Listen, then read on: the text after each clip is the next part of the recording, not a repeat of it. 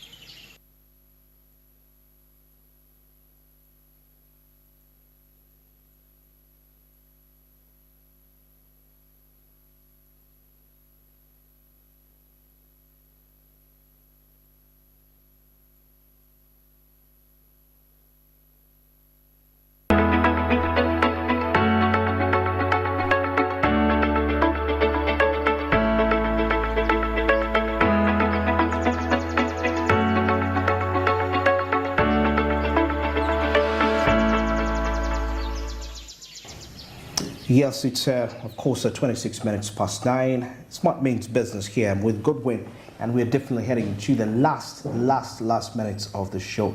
Goodwin, you were telling me something before we came in here, and it was in relation to gratitude.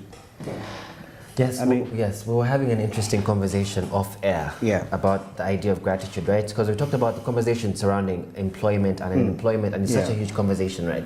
And I've been inspired this week just looking at and how people are creating their own destinies, creating their own future and becoming job creators, becoming entrepreneur. Looking at so many young people being that entrepreneur is more than I've ever seen in the last years. But also the idea of living in this matrix of aspiring to be employed. What is that aspiration to be employed, and how is that damaging us as the youth, right? You work just to look for employment as opposed to working to be able to create your own employment, right? Because guess what? The money, the need for money doesn't stop.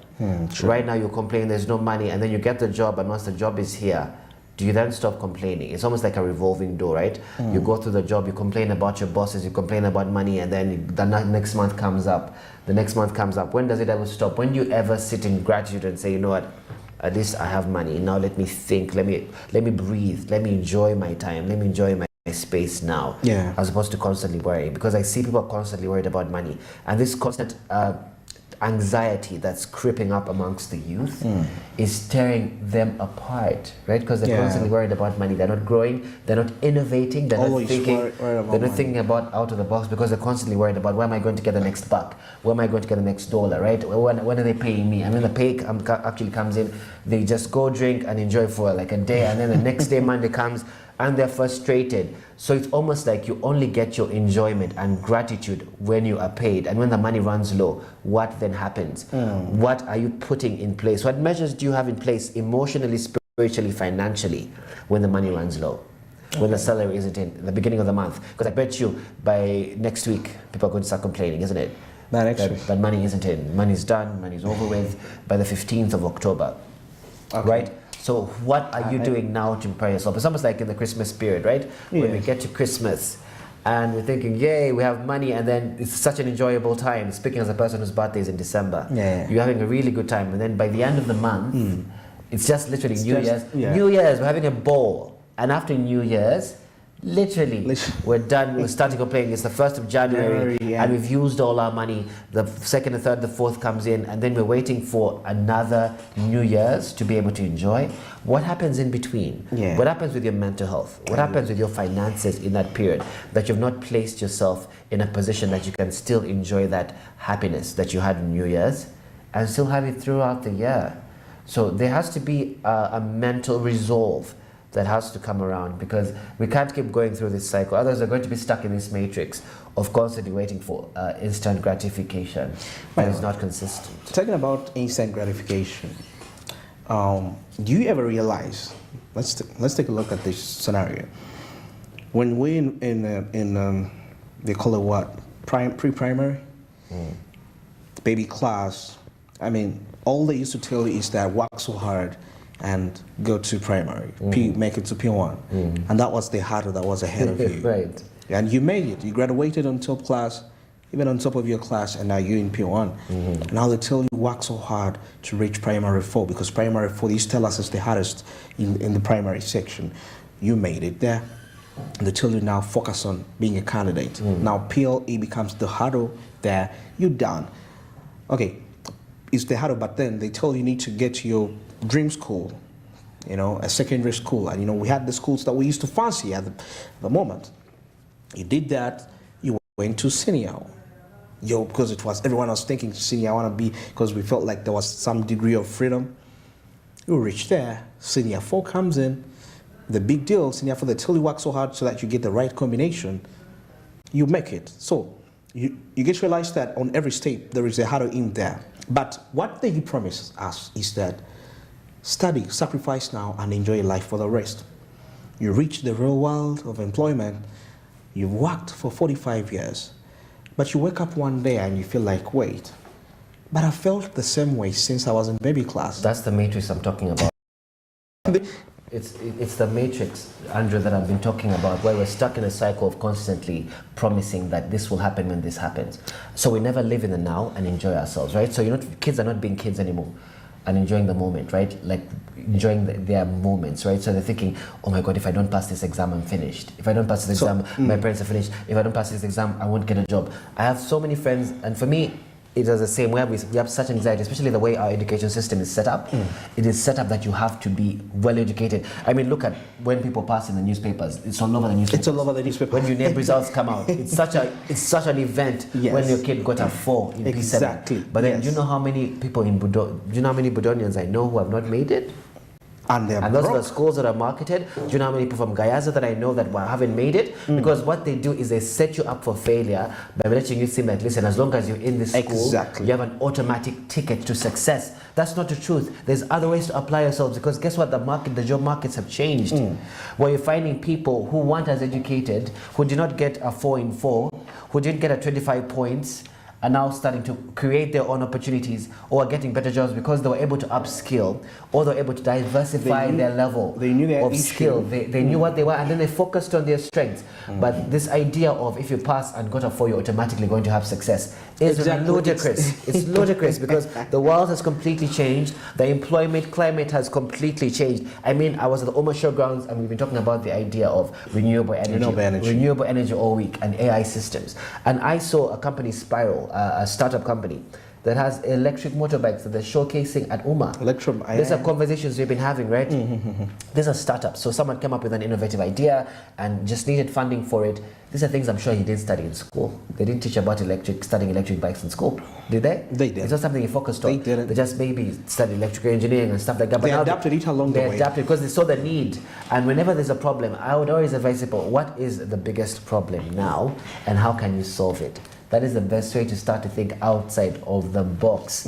Because now people have had to learn skills like selling, because now you have a business and you can't sell. So if you're out there and you're learning people skills, these are things that should be taught in school. People skills, money management. I believe in school, these are things that we should be taught. Money management, people skills, vocational skills, being able to build your own house. I mean, being able to paint your own house. Being able to manage money, being able to finance, being able to invest entrepreneurial skills.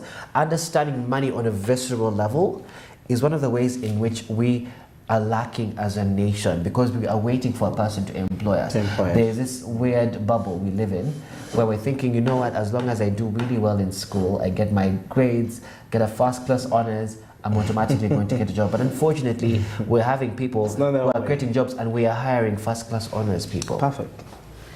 But so it's an interesting... But that paradigm aspect is something which I feel like it's better to live in the now. Absolutely. I believe it's better to enjoy yourself right now and explore yourself. Be happy on your journey, right? Be happy on your journey. Because what you said is really important. You go through P1 all the way to S6 and then to campus, and they're promising you once you're done with this stage, the next stage is going to be happier.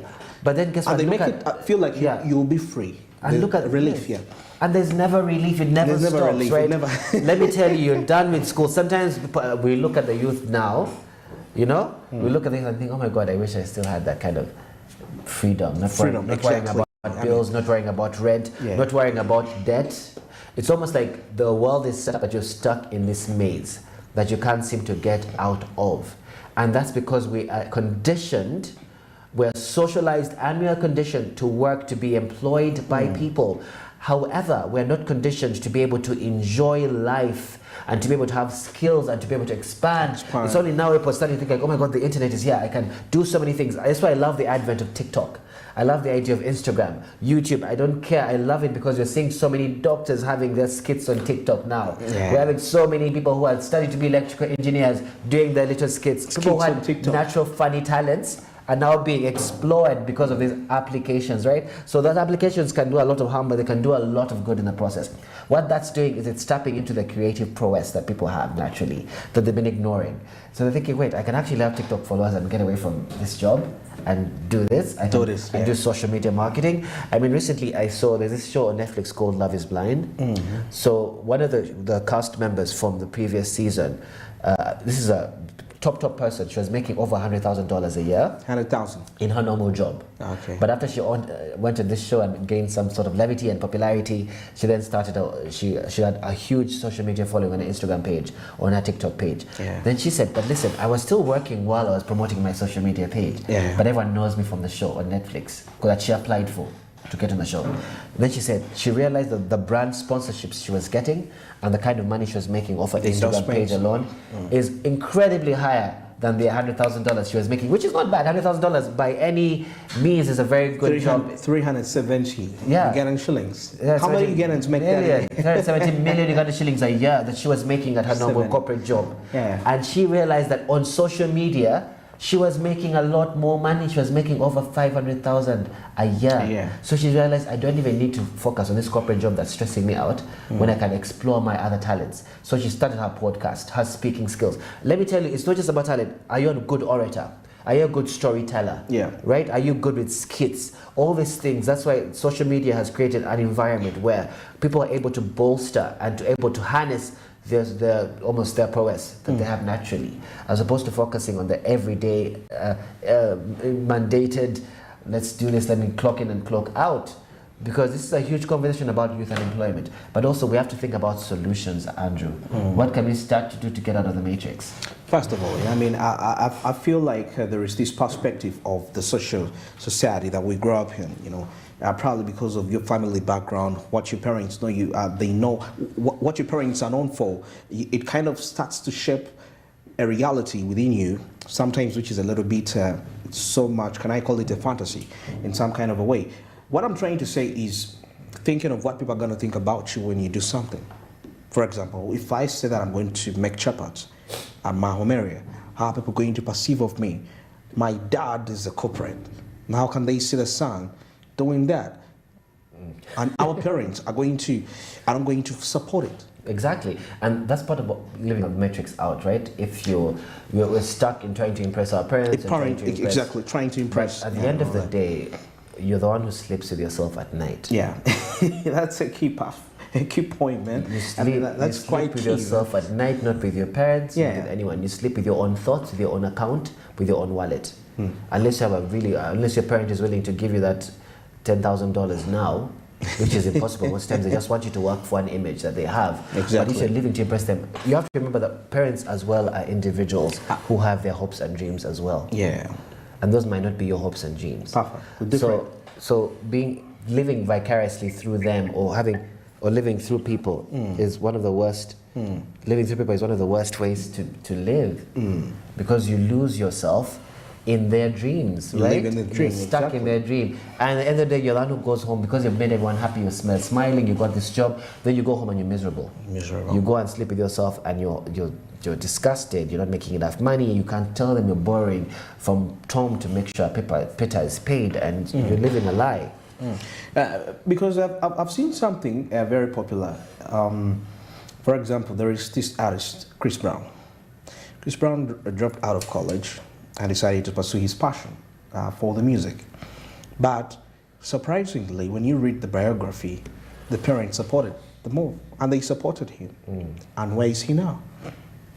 And how much more? Ask yourself a question: how much more money is he earning than the peers he started with at the moment? Kanye West dropped out of college. He said, he felt like, I am finished. Of course, his mom didn't like it. But when he was there, At the time he was graduating, at the time his peers were graduating, for him he was already living his dream to the fullness, and he was so free. So in other words, I feel like the backgrounds where we come from are kind of playing, contributing a certain percentage to the youth unemployment today. The fact that even your parent, from the time you start to understand, they're telling you one thing: work hard to get a job. It's of recent when the parents are actually trying to adjust, telling their children to get jobs, but it's a little bit late. It's going to be harder for you. Now, like at my age, if you start telling me probably, Andrew, you need to think of creating a job. Why? Because you've grown up in this matrix of I need to find a job, I need to find a job, I need to find a job. So by the time you try to adjust into the reality of can I create one, it's a little bit too late. And we need to agree on the fact that you cannot oppose nature. There is an age where you can actually think so fast and things can easily come to you, and there is an age you reach, and doesn't mean that you can't think, but there is a degree you can't think. And you know, a lot of the games, you talked about something really important about the financial culture and the culture generally around work and what kind of jobs you should be getting, right? And the marketable jobs that we think about in Uganda. Let me tell you, parents, if your child is not a doctor, it's fine. Yeah. They can be really good at something else. If your child doesn't come out as an electrical engineer, it's fine. And if your child doesn't get a 4 in P7, it's not the end of the world. Those kids can come out and be differently abled, successful in other areas of their life. If my parents had not encouraged me to learn French, I would not have that extra skill on my CV. Because people take years to learn that language in their later years. Yes, so for me, it's something that I'm learned. So continuing the conversation on youth, we're going to go into a clip from the Uma Showground where the Vice President was able to have a chat. Yeah, and actually I think we're doing with Rona here. She's going to tell us what's really in ground, and we find out this is the day number 4. Rona, good morning. What is happening right there? Good morning to tuned into Smart 24 TV. Thank you so much for joining Smart Means Business. We're here at the UMA International Trade Fair, and we're here for the 4th day to understand and try to interact with some of the exhibitors here, get to know what is really happening, what's new. As you can see behind me, some of the exhibitors haven't really opened up. I think it's still pretty much early for them, but the conversation today is going to be rotating about the trade blocks that have severally been introduced in Africa. We have had the COMESA that joins the East African countries, SADC that joins the other countries, including the southern countries, and now recently the African Continental Free Trade Zone area was ratified, and it is expected to increase Uganda's exports by 2035. Surprisingly, they say. Now, it was only ratified in 2018, but when we asked random questions to Ugandan manufacturers, most of them don't even know, and so then it kind of shows you how some other trading blocks have been able to perform, something that the Ugandan government and the deliberate parties really need to be considered about. Now, just near me is Delight from Ghana, a trader that has been moving and trading within the region, and she's going to share with us, because the Secretary General of the African Continental Free Trade Zone area, as we know, is from Ghana itself. But when I interacted with her before this interview, she told me that she doesn't even know about the African Continental Free Trade Zone area. Now, this is an area or a trade bloc that is meant to liberalize market, enhance free movement of goods within Africa, and enhance trade, so that there is the trade blocks that we have been seeing, especially to our neighboring countries like South Sudan, Kenya, and the like, are all cut off. But may seem as though there is really not so much that has been done in regards to that block. Now, she's going to give us an insight, and of course, as a person who moves across Africa, she's the best person to give us insight about what we need to know about the African Continental Free Trade Zone area. Good morning, Delight. Thank you for having us. Good morning. You can come a little bit closer. Good morning. Yes. How are you doing? Yeah, I'm fine. Now, if you can talk to me about your business and how you have been able to move, and just that. Okay, this is a business of African clothes and African things that started since 1991, and I've been trotting the African region since 1997, from Tanzania to Kenya, Mozambique, South Africa, Uganda, Rwanda, everywhere. Now, as a person that has been this is even more than 50 years, I believe. You have been in this industry. What are some of the challenges you think African countries really need to address to enhance trade? You have moved, you have trawled around Africa. What are those challenges Africa needs to address? Yeah, the challenges are when we reach a country and they all have their laws about how they go about their taxations and everything. So when you reach there, you have to obey. By the time, it is very difficult. It is very difficult paying taxes over these things. And then when you come here, you need to put all those taxes on the goods for even the customers. It is not very easy, but we are trying. So the major problem, I would say, are the taxes or what? Taxes. Taxes. And I think taxes. Now, trade fairs like these present an opportunity for you to talk about your industry, network with other companies, make sales and increase, the portfolio of your businesses. How has the UMA International Trade Fair bridged the gap of increasing sales? I believe you have been able to participate for more than just today, for more than just this year. You've been coming. Yes. So how has it increased, It has it has increased my experience, not even only me, about the women here doing business. They have all even now started, they know that there is something in Ghana. They don't even buy from me, they go to Ghana. They know that I'm coming from Ghana, there are better things there. So it has opened their eyes, they also go there, buy and come and sell. Now, it has really helped them. Thank you. Now, if I'm to get a context and do a comparison, how have you found business here in Uganda different from what is happening in Ghana, to be specific? How is trade? How have people welcomed businesses? Are things moving? What does Uganda really have to change? I think it's the same. They are trying. Everything is same. Yeah. I mean, the way they also do their businesses, the way they go about it, is the same as Ghana. Now let's get to the topic of the day, the African Continental Free Trade Zone area. Mm-hmm. And I think you already... Continent of free trade, yes, free trade area, mm-hmm. A trading bloc, like I earlier mentioned, that is meant to harmonize the free movement of goods, liberalize the market. It was ratified here in Uganda in 2018 and in other countries much earlier, and it has member states of about 55 member countries. We have countries like Sudan, Kenya, Tanzania, Nigeria, all the other northern countries. It is meant to, like the way you see COMESA and the other countries, it's meant to enhance trade. What have you heard about it? How do you think it will be able to? Because if it is there, then you will not be able to mention the problem you just mentioned of taxes. So what have you heard? Let's just talk about what have you heard about it. I just heard this from you now. I only know about Agua. Agua. That one is all over. So we know that. But what you have just mentioned, my first time of hearing it. So it means there is very little education about it. Could you maybe emulsify or give it more context on what the member countries really need to do to enhance the literacy about this trade bloc? I think it's a good thing. If they will make it public, everybody knows about it, it's going to help, because this is the time for us Africans to come together, trade among each other, learning from each other, so that we can move strong forward together. I think it's a good thing if it will be, how do I say, educated more, they give more education about it, especially to women doing business, going up and down. I think it will be good. What are some of the policies your government has been put in place?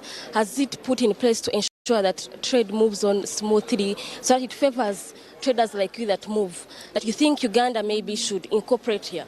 Oh, I think Ghana has a lot of organizations, like they have a handicraft sector, they have export promotion council.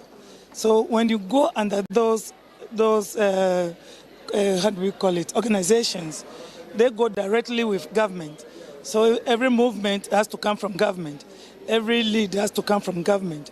But for us, I think we are independent. Even though we are part of them, we do this thing independently. So I think going with government is okay, but it's not very, very conducive. At times when the opportunity comes for them to take people for this kind of trade shows, they don't take the real people who are doing the trade. They just favor some few people. And corruption is a disease for every African country. Yeah. Clearly. And what are your parting shots in regards to people and the member states that really need to embrace this African Continental Free Trade Zone area? And what has, AGOA helped you that you think AFCTA can also do better? You see, AGOA helped so much. If you go to the US now, the custom, everybody at the border point knows about AGOA. They don't disturb you of your few bags or whatever you are carrying. There is no taxes. But this one you are saying now, I can't even mention it. We don't know about it. It will be a very good thing if it will be, I don't know how else, to be expanded to every country, more education so that everybody will know about it. It will be of a great help to everybody. You are coming to somewhere you are not afraid, I'll be stuck at the airport, I'll be stuck at the border because I don't have much money to pay for taxes. It will help so much. Thank you so much for joining us. You are actually live on Smart 24 TV for our morning program, Smart Means Business, and we appreciate your time and expertise. You can say hello to the people of Ghana and tell them about Smart 24 TV, the only business channel. Uganda, especially Uganda, we are here now. We are here from a lot of people from Egypt, from Ghana, everywhere. We are all here. We're having tremendous, beautiful things. They should please come. We are here. The trade show is going on. Come and enjoy yourself and buy great items. Thank you. Thank you. Yeah, so that's pretty much it in regards to what's new with the African Continental Free Trade Zone area. Like I mentioned earlier, there's really not so much to talk about, especially for the for Ugandan manufacturers. That means that government, Ministry of Trade, Uganda Export Promotion Board really needs to be deliberate in enhancing the literacy that is and everything we need to know about the African Continental Free Trade Zone area. But at least for Ghana, the Ghanaian lady just talked to us about AGOA, another trading bloc that was enacted to enhance trade. And I think Ugandans or the Ugandan government has been doing something in regards to that, even though there have been some of the hiccups. That's pretty much it at what's happening. We're here at the Umamad Papa's Hall. We're actually inside now. And businesses haven't really started well. I think it's quite early, like I earlier mentioned. And I think by the day goes on, things will just move, and since it's even Friday and we're getting closer to the weekend, I think the turn-up is even going to increase even better. So that's pretty much it what we had for you this morning. As always, thank you for having me this morning. I'm Rana Habwe. Good morning.